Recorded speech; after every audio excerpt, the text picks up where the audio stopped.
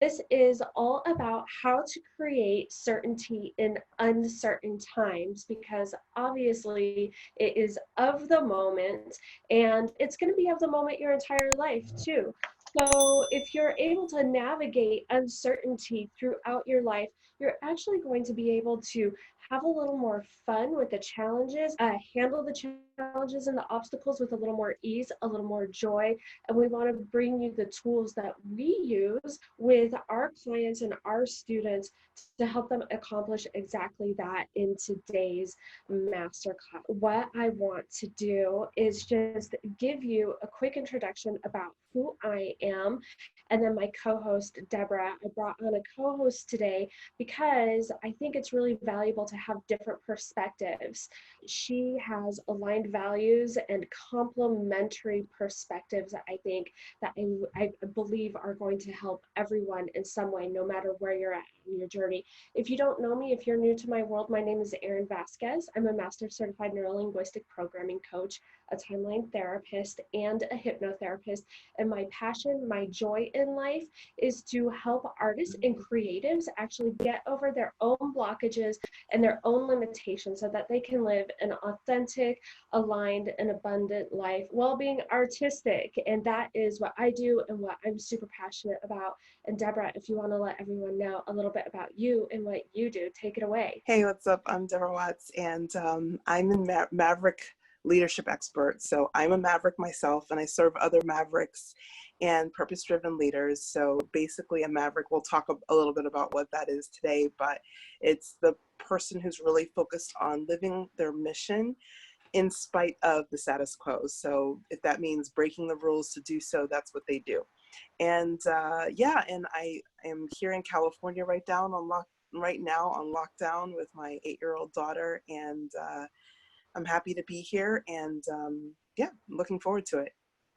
Fabulous. Okay. When we were discussing this, we saw that there were kind of like 4 pillars that we thought would really serve you today in considering when learning how to create certainty in uncertain times. And the first one, you guys, it's the first thing that you have to do when you are setting out to create anything in your life. And it has to be knowing your destination. So basically setting a goal.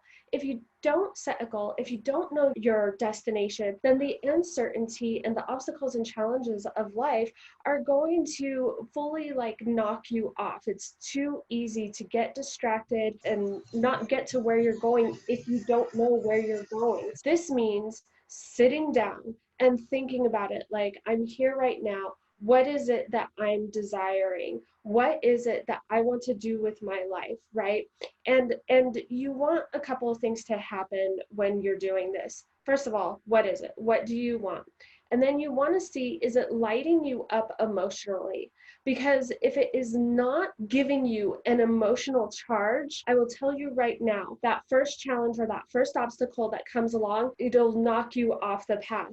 You have to have that strong, electric, fully congruent situation going on in your goals. If you're setting a goal and you don't have that, it might be for a couple of different reasons. You're thinking that you should have that goal because you see it from social media, or maybe it was handed down from parents or cultural situations. You could be getting that idea from somewhere else and you feel like you should have that goal. I know that's happened with me when I've compared myself to other coaches, and then I don't meet the goals that I set because I think I should be somewhere else. It's because it's not for me. You need to know that it's for you specifically, your specific soul and spirit, right? The other thing might be you just might need to adjust a couple of things in the goal. Maybe you have the right thing, but you just got to adjust the vectors a little bit. And then if you want to adjust the vectors, you can run it through kind of like a template. It's just sort of like a safety check.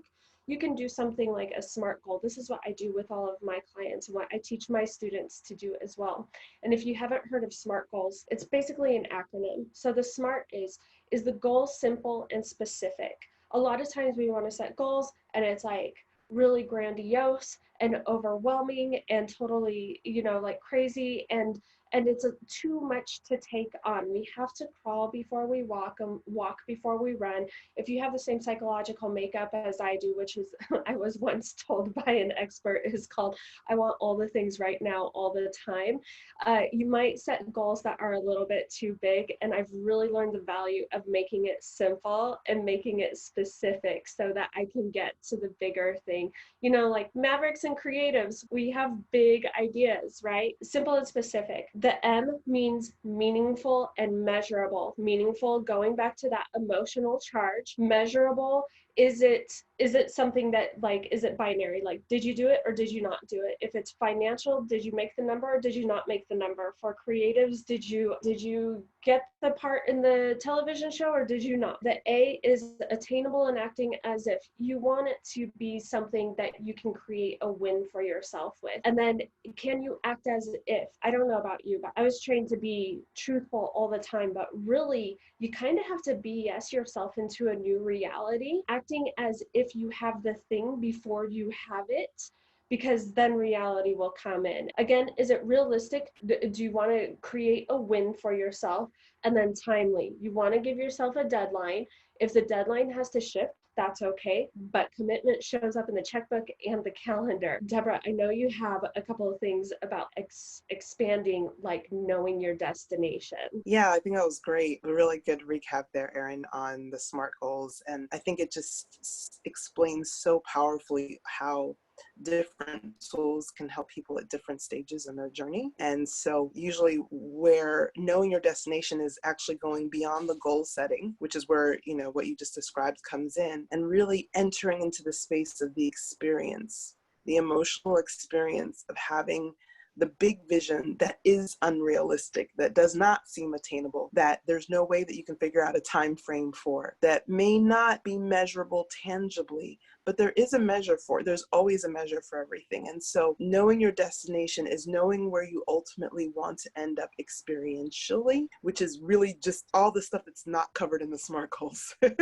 And being able to experience that on a daily basis really starts to make it feel a lot more comfortable, a lot more attainable, and ultimately becomes your new reality. So knowing your destination is really important. And I have people all the time who come to me with the goals and still feel like they're not getting any closer to them. And I'm like, well, yeah, because you're talking about this, but you don't actually know how you want to feel in the attaining of that. Or you haven't really connected to how you're going to feel once you attain that, because you can always feel a feeling in this moment. You don't have to wait to attain the thing to feel the feeling that that thing will bring you. So knowing your destination is so important, and really knowing it not just on a checklist level, but on an experiential level where you know how it feels in your body. It's absolutely beautiful. And that's the continuum where you set yourself up for the little wins and for the big vision, because the big vision is going to be what gets you through the uncertainty. And I feel like what you're talking about, Deborah, is like the big vision is the certainty that you give yourself in the uncertain times when you tap into feeling the feelings. And then you can use kind of like the practical tools of like the SMART goals and everything. If the big vision is like a lot and you're not feeling like you're making progress, like, okay, where's the checklist? Those kinds of things together give you the certainty in the uncertainty. Thank you. Feeling feelings, you guys. Again, that emotional charge that you want. That emotional charge, speaking of which, this kind of comes into the second pillar that we were talking about, and how there are only 3 things that you can control. The discomfort with uncertainty is so much that we want to control. There's a lot of things that we want to control in our lives, and we spend a lot of energy trying to control those things. If you've ever had a kid or a romantic partner and try to control them, you know, it doesn't work. So the 3 things that you can control, and learning how to control those 3 things actually gives you a way to center and focus your energy and master those 3 things, thereby creating more certainty in your life. So those 3 things are your thought, your feelings, and your actions. And they're all very deeply related to each other. Our feelings are not something that just happen in a silo. they are actually always attached to a thought. So if you're uncomfortable with uncertainty, name the emotion. Is it fear? A lot of fear is really common right now. It's appropriate, by the way. Like, we're not trying to shame fear. Is it sadness? Is it hurt? Whatever it is, right? But that emotion is always attached to a thought. It isn't the truth. So if you're feeling fear in the moment, the thought might be the virus is scary, right? And also notice what triggers the thought. Were you just on the news? The thought creates the emotion. The emotion creates the action. So the thing that I used to love to look at, like especially when I was in corporate America, was like the mood around Monday. You could either have the thought on Monday morning, like, ugh, it's Monday. That emotion like enables you to show up in a certain way where maybe you're not smiling at people, maybe you're not in a mood of help or generosity or connection. You're just in this like Monday kind of mood, as opposed to like, oh my gosh, it's Monday, I wonder what's going to happen this week, I wonder what I can plan this week, I wonder what I could do this week, which causes a different emotion, which causes a completely different reality for you through the actions. And there's something really interesting about thoughts and beliefs that Deborah has shared with me that I was like dying for her to share with you guys. Let me make sure. Yeah, there's a pyramid diagram that I like to show. And at the very top are our reactions. And so, like, especially when I was working in relationship transformation, often people are like, I really need to work on how I react and, you know, not do X, Y, and Z. I'm like, well, that's just the surface, right? Underneath your reaction, like you said, are how you feel. How your feelings are feeding how you're reacting to things that are happening. If you're happy, you're going to react differently than when you're sad. And underneath that, like you also said, are your thoughts. So what you're thinking affects what you feel. But underneath that is the fourth level, which are your beliefs. So what you believe about yourself, about the world around you, about life, about what's possible, that influences the thoughts that come up in your mind on a frequent basis. And then that then influences what you can feel and how you react. So ultimately, if you want to get the greatest leverage, the easiest way to do that, even though it's not easy in some ways, beliefs are not easy, especially the longer that you've had them, the harder they may be to shift. But when you actually learn how to shift your beliefs, that will in turn shift what you think about, how you feel, and how you react. So it's actually kind of like the greatest leverage area is when you shift your beliefs. What's the initial step to shifting those beliefs? Like, what's the first tipping point? It's called the trust list. I've been using this for quite some time now, during this period of great uncertainty, because it's a simple 10-minute exercise where you write down what you know to be true, that actually feels good for you. Just focusing your attention on the beliefs that you already have, that are already strong for you, that are strong in an empowering way, is to me one of the easiest ways, because now you're not trying to shift anything. You're just simply shifting your focus, not your actual belief, which is a little bit harder. And there's more levels of work involved in that. Yeah, just shifting your focus to something that you already believe with certainty, with conviction, with power, that's empowering for you. For example, I know that I am loved, or I know that the work I'm doing is good, or I know that I love my child, I know that I am taking care of, whatever it is that you know for certainty. When you can write that down, even something as simple as I know the sun will rise tomorrow, I know that I will be okay regardless of whatever it is you can write down that you know for certainty, and focus on those things, you will see a massive shift in what shows up for you in terms of thoughts, feelings, and reactions. I love it. That was beautiful. Thank you so much. Thank you, thank you, thank you. That really brings us perfectly to the third pillar, which is innovating your mindset. Your mindset, obviously, the thoughts, feelings, and actions are going to occupy your mind in a certain way. And what Deborah just talked about was gratitude, feeling into gratitude and looking at that. And you guys, for those of you want to know the how behind all of it, our mindset is actually kind of a manifestation of what we call our model of the world. And the model of the world is we each have one, just like our fingerprints. And just like our fingerprint, all of our models of the world are completely unique to us. What does that mean? That means that we can all be on this exact same call, hearing the exact same words. Like everyone is having a very different experience from each other because of the ways that we are perceiving the world. Every perception that is happening on this call right now is equally valid and equally true. What does that mean? That the truth is not set in stone. And if you're not really experiencing the reality that you want to experience, that means you have the power to shift your truth. But to kind of get into the technicality, like just so you know how your model of the world is formed, so you can have a better understanding, it's built on three different things called generalization, deletion, and distortion.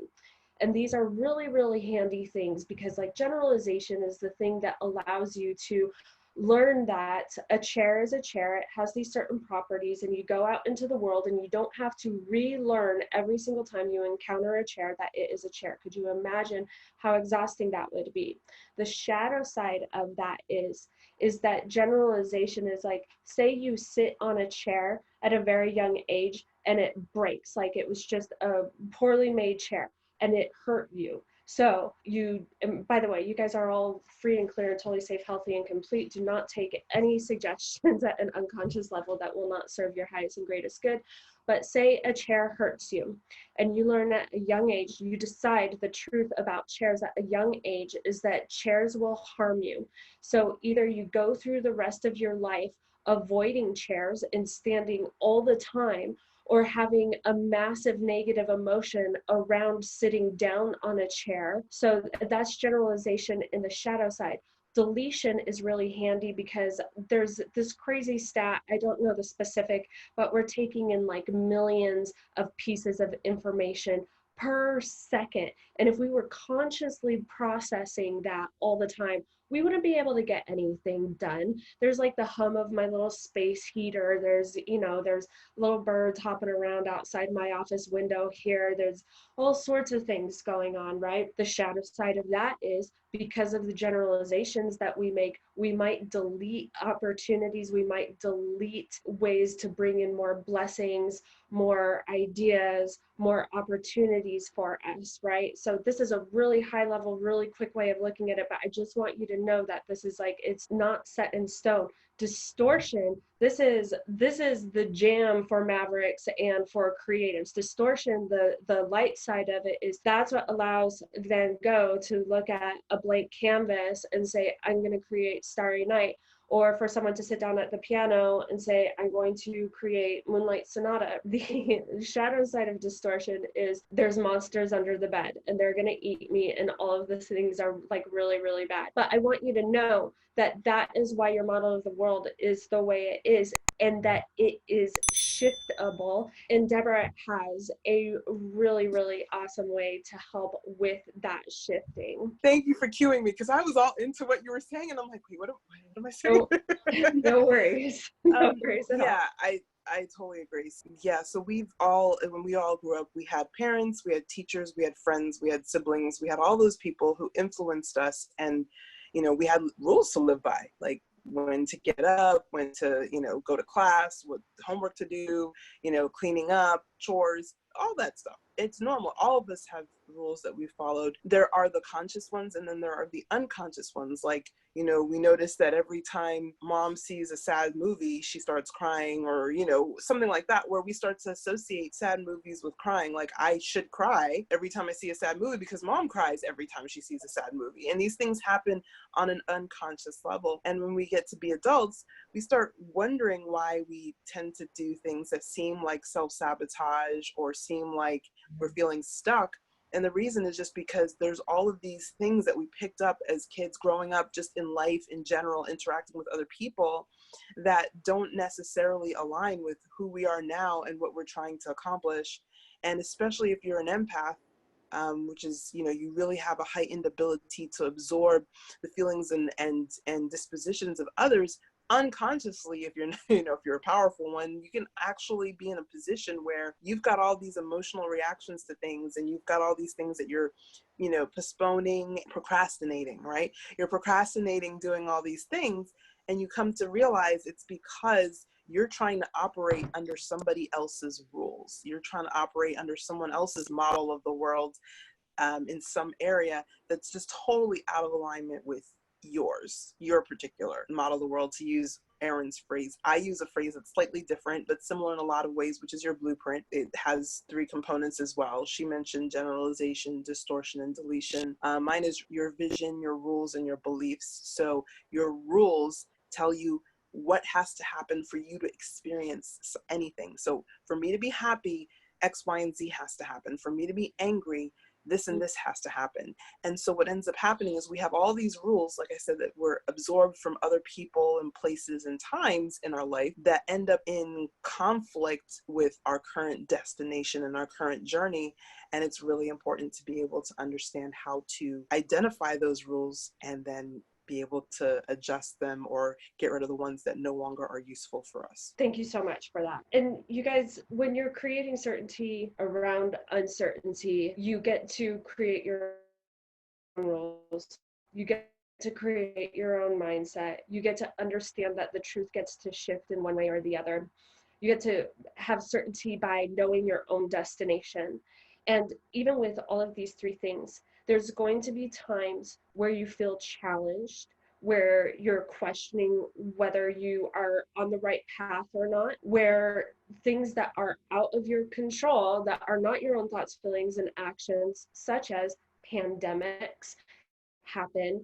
And it's like, what do you do when things feel so spun out of control and what you wanted to happen is just not happening? A lot of people did not want the quarantine to happen. There's a lot of like brand new home teachers that were not expecting to be a home teacher this year. A lot of businesses that are suffering crazy right now. What do you focus on when those low moments happen? Because they happen and it's okay. It's natural as long as you don't let them take over. What do you focus on? You guys, this is where mission, vision, and value comes in. You have to know who you are impacting with your own destination. And it doesn't have to be the entire world. It can be one person, one single person. One of my private clients the other night was talking about she doesn't feel worthy of speaking to the community that she wants to speak to. And I said, go write a letter to one person who needs to hear your message, which is body positive. She's on a fitness journey and all of the emotional stuff that goes along with it. And I said, go write a letter to one person. And shabla, she will not get off Facebook Live now. Like, she's all over the place. You connect with that impact and that mission when you go outside of yourself. Yes, we need to serve ourselves for sure. And that's where the emotional alignment comes in, and all the things that we talked about at the beginning of the masterclass. If you are suffering, you are focusing on yourself. So if you want to get out of the suffering, think about ways to impact others. So there's really a fine line between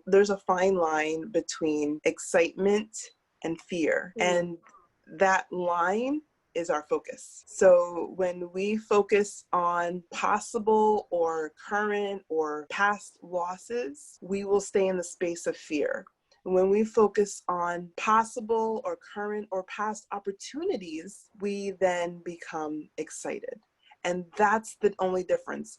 Both excitement and fear live in the world of uncertainty. Because when it's certain, when you have it already, it's no longer excitement, it's like enjoyment maybe, right? Or satisfaction, right? When you're in uncertainty, you can get excited about the possibility, but only if you're focused on the opportunity, the possibility, and not on the possible loss or failure or any of those kinds of things. And that goes back to the mindset, innovating your mindset, you guys. Making that decision to focus on something that is going to put you in a better emotional state so that you can navigate uncertainty and strange times even better. Those are the 4 pillars. Is there anything that you wanted to add to any of that, Deborah? One thing I did want to say to kind of like sum it up, and if you guys like, there's a really simple pyramid for everyone who's going through this journey. So whether you're on the side where you're like an outcast, which you're starting out and you're feeling like you're an outcast, but you know that there's something inside of you want to give,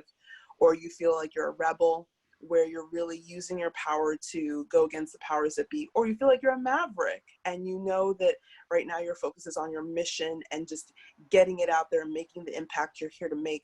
wherever you are on the journey, as long as you can be accepting of where you are on the journey and not shoulding yourself that you should be somewhere else, you'll be all right. Because these are natural growth stages. Just like a little child, we don't should that they should be running and jumping and, you know, completing an Olympic marathon or something. No, we understand that they're at the stages that they're at, whether it's crawling, walking, you know, basic coordination or so on. So it's the same thing for us. These growth stages cannot be hopped or, you know, jumped through, just like physical growth stages cannot be hopped. This is just a part of the journey, and we've all gone through it. So no matter who it is you admire, if you're talking about Oprah Winfrey or Steve Jobs or Richard Branson or Gandhi, they've all gone through this journey. So, you know, you can see where you are and understand that as long as you're accepting of where you are, you'll be fine. Perfect. All right, you guys. Well, we have some time.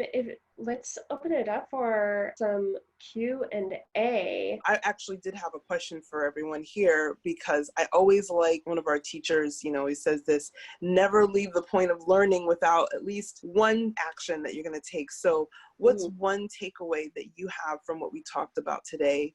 I mean, even just listening to you, Erin, I had some amazing, you know, little bright aha moments. So I'm sure everyone here did.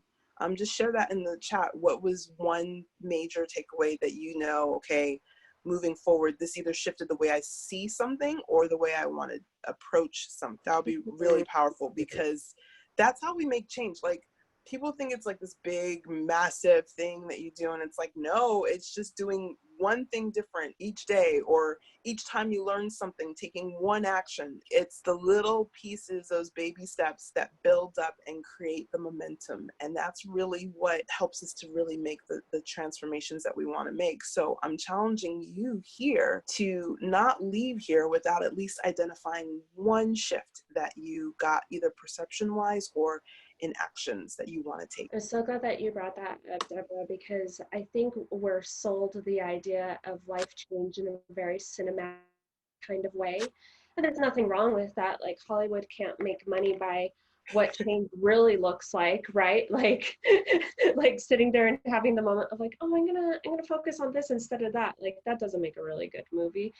Let me see, what is it for me? I think it's more of, I need to continue to do the work on my own rules. I've done a lot of work on that, but I still know that I'm not at my fullest and highest, most brilliant expression. That means I'm operating under rules that do not support that most brilliant and highest, fullest expression. That's what it is for me. Now, anyone else ready and willing to share? Saw some good shares in the chat. Tiffany said, I really liked what Erin said about thoughts creating feelings. I feel like that is where everything starts for me. I think, therefore I become. I believe subconsciously I think a certain way, so it keeps me stuck in a negative pattern. That was another comment. Yeah, so this is the cool thing is, yes, we are all stuck in subconscious patterns, all of us. But the way to change that, the subconscious mind is what's running our conscious, like, day-to-day lives. It's why certain patterns repeat in your life, both the good and the bad, the ones where you're like, why am I in this kind of relationship again, you know? Like, and that's where the generalization starts. You're like, all people like that are like this. And it's like, well, maybe there's something going on inside of you that is representing a situation where you get to resolve, heal, or shift something until you finally get the relationship that you want, or financial situations, right? So the cool thing, in order to break the subconscious pattern, you become conscious of it. That's the first thing. Starting to notice from a place of compassionate honesty with yourself and vulnerability with yourself. It hurts the ego at first, because all of a sudden you're looking at the person in the mirror and being like, oh, is it me? Like, does all that financial stuff have one thing in common? Do all those people that do they have one thing in common? Do all my clients, do all of these situations have one thing in common, me? So it hurts the ego, and that's where compassion and gentleness comes in. So yes, the first step is noticing. And then Flip is saying, totally agree. I also think getting to the bottom of my values and beliefs needs to be one of the next steps for me. So do you want to talk more about the beliefs real quick, Deborah, about that? Because you had some really good stuff on that. Yeah, let's see, am I on? Yeah, yeah, beliefs are really fun. I enjoy them. Not everybody does. I'm not a big fan of the whole blocks and clearing stuff that someone else does to you. I don't really believe in that, right? Like, I really believe that all of our beliefs, just like we created them, we can also play with them. And I think we get so serious in personal development, like everything is work and seriousness. And Oh my I'm a God, that serious was me for like 2 years. Yeah. I'm a serious person too, but like when it comes to beliefs and rules and all the stuff that people are usually serious about, it's usually when I'm really like very playful. So when we talk about beliefs, it's like everything a belief. I look at it like a table. This is one of my teachers taught this. I thought it was a really good example, right? Where it has legs, and the legs of the table are the evidence that we've gathered about that belief, that make what makes it true. So if we're thinking about let's just say that I believe I'm fat. I believe I'm fat. Well, what makes me believe I'm fat? Well, I look at the scale and it says this number, and someone somewhere at some point in time told me that it was another number is what any number above that number makes me fat. So I've done no measurements. I've done no anything like that's like empirical data. I've just gotten evidence from what someone said and me looking at the scale. And now I'm building this whole belief that I'm fat, right? And every time I see a little bit of something in some flaw, well, I can't anyway because I'm fat. And, you just becomes this whole identity that we take on. And that's how beliefs are. They're not actually usually logical. We think they are, but they're not. They just kind of come from all these random pieces of data that we're trying our best to process. So when we understand that we can just find evidence to support what we want to believe, that ends up being what happens. So if we look and we say, okay, well, I want to believe that I'm, strong and capable no matter what my weight is, right? It's more important for me to feel strong and capable than it is for me to weigh a certain amount. We're going to look for the evidence. And guess what? When we look for the evidence, we'll find the evidence that exists. So it's again about focus. Everything comes down to focus. Back to focus. And when we focus on and some things it's hard to do on our own because they're what I call blind spots, because we've been thinking it so long in this pattern that we literally need somebody to scratch the record, because on our own, we'll just keep looping it. Yeah. And so that's why it's nice to have someone outside of us sometimes to help us move through the process, but it doesn't have to be this like deep, heavy, serious, thing. It can be something that's playful and light and silly. I have so much fun with rules. That's like always my favorite, because I get everyone laughing at their rules, because our rules are so ridiculous. Like when we start writing down what our actual rules are about what needs to happen, we realize, oh my goodness, this is nuts. This is crazy stuff. And it's living inside of my brain. And then we can like make it so that it's something that's fun and playful. Like I had this one client and I have to tell this story because it always makes me laugh. So she had always got so frustrated with her kids, and she'd start yelling, and she'd start, and then they'd start yelling, and she would just get so frustrated. And so she was like, I want to change this pattern. I was like, well, what if you made your rules really around getting frustrated with your kids, like really hard to meet? So she was like, okay, for me to feel frustrated, I have to be sick. All the kids have to not be dressed, like nobody would have eaten, and something else, like some like crazy combination of things would have to happen for her to feel frustrated. So one morning we got on the phone and she was like, Deborah, you won't believe this. Like we were getting ready to go to church on Sunday and the kids were throwing a fit and I wanted to be frustrated. Normally I would go into my, rant and yelling, but I was like, but we're out of bed and we've eaten. And something else wasn't met in my rules, so I couldn't be frustrated. So I just was like, oh, well, I guess we're going to church. And she was so like happy that she was able to just, with that simple little game that we played that seemed super silly, but the brain literally responded and was like, oh, I can't be frustrated. My rules aren't meant for being frustrated. So it's really fun and enjoyable to be able to shift those, and it doesn't have to be this deep, heavy work. I love that. And it goes back to our feelings are not facts. They're attached to certain thoughts. And she was about to go into the old feeling, the old pattern, right? Which was subconscious until you made it conscious with her, with the rules. And then she wanted to have the old feeling, but she had a new thought, which was, the rule isn't met, so I guess we go on with our life. It's beautiful. It's absolutely beautiful. That's so cool. Yeah. And you're right. Like that change sounds fun and funny. Stephanie says, I'd like to sit and think of the subconscious pattern I'm stuck on. I'd like to know how to get out of it. If this is something I will work on, tapping into that subconscious and thinking of how I can take my creativity and making something out of it. Stephanie, I'm going to unmute you for a second because I want to ask you a question about what you are noticing that you are stuck on real quick. So I'm going to unmute you. And if you don't want to share, it's okay. All right. You can just say, no thanks. Stephanie, you are unmuted. Hello, how are you? Hey, very well. How are you? I'm good, thank you.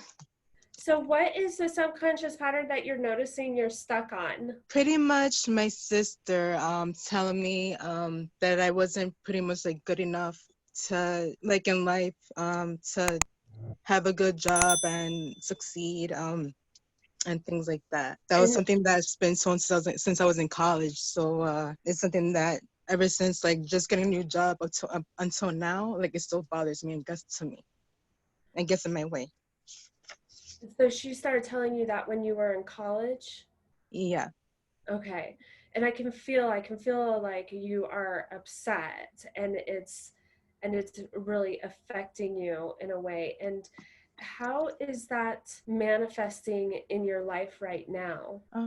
Well, even until now, just like applying for a job, it still gets in the way of me having that confidence. And do you know what it would be like to have the confidence that you desire? Yes. You do? Tell me I a little think bit so. more about that. I think being able to leap and challenge myself and Yeah. maybe kind of like succeeding a little bit more successfully. Yeah. Mhm. Succeeding a little more successfully, leap and change yourself. Do you know what a positive change would look like? Like going back to the SMART goal matrix, you want to look at specifics so that you're like the subconscious, it's going to, like, as you change these patterns, it's going to respond to specifics. You want to know like what it looks like, what it feels like, what it sounds like, right? So do you know what that change would look like specifically for you? I would say kind of making more money Uh-huh. and just kind of being able to move out and move away from like the toxicity I live in now.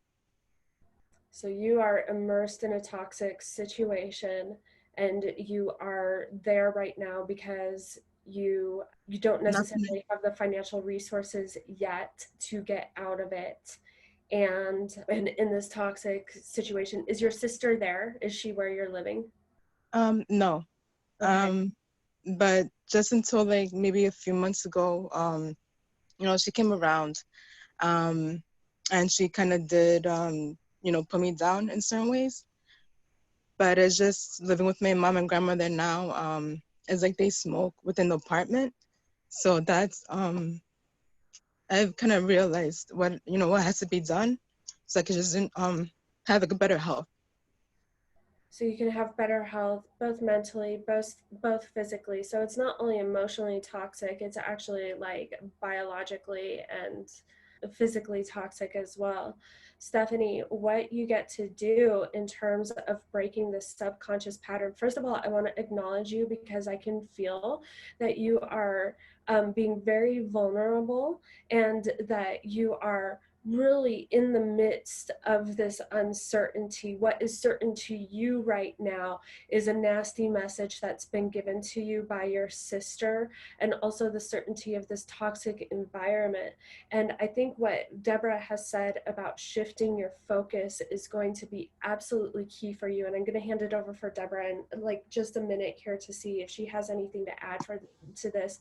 But your steps are going to be to shift that focus into what it is that you do want.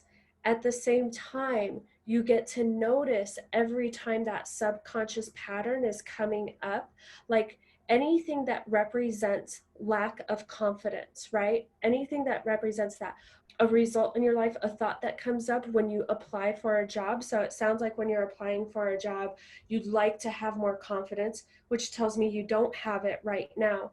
So look at the thoughts that are coming up and just start noticing them. That's the first step to making the subconscious conscious, so that you can transform it into the confidence that you desire, so that you can have a job, so that you can have a change, so that you can go out and realize your like highest and most fullest expression of yourself, right? And like I sense a really big heart from you, and the world needs that, right? So that's what I invite you to do, and focus, looking, and when you notice those thoughts, the thoughts that represent lack of confidence, ask yourself, could something else be true? And then, and since we only have a couple of minutes, I'm just going to give Deborah like a second to share her brilliance with you and anything, complimentary perspectives, if you would, please, darling.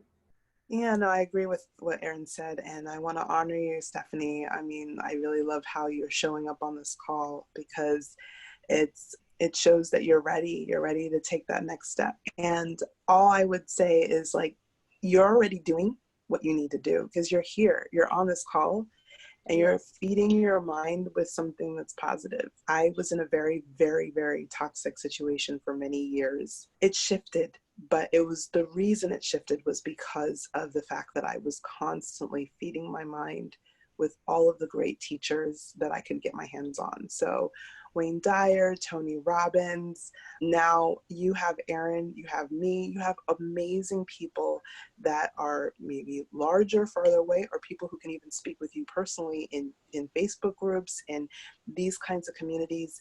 Take that information and keep feeding your mind with that, because what happens is, over time, at the beginning, it just feels hopeless and helpless. But then, and trust me, this only took me a couple of months to go from feeling like nothing was working and everything was a mess, to having hope, to having ideas, to being reignited. I just needed to surround myself and immerse my thoughts around thoughts that were positive, more positive than the ones that I could conjure up at the time. So what you're doing is exactly what you should be doing in terms of being able to get yourself unstuck and to build your confidence, because maybe there's nothing that you remember from what Erin and I said today. Maybe you remember nothing when you go home, but the point, or maybe you're stuck home, that's another issue.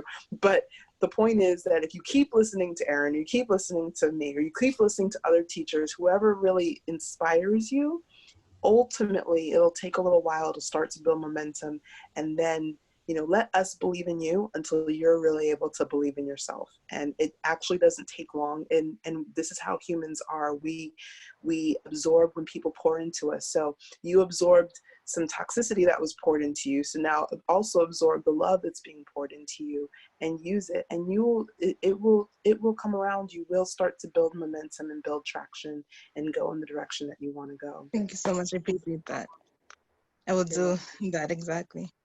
You're Thank you.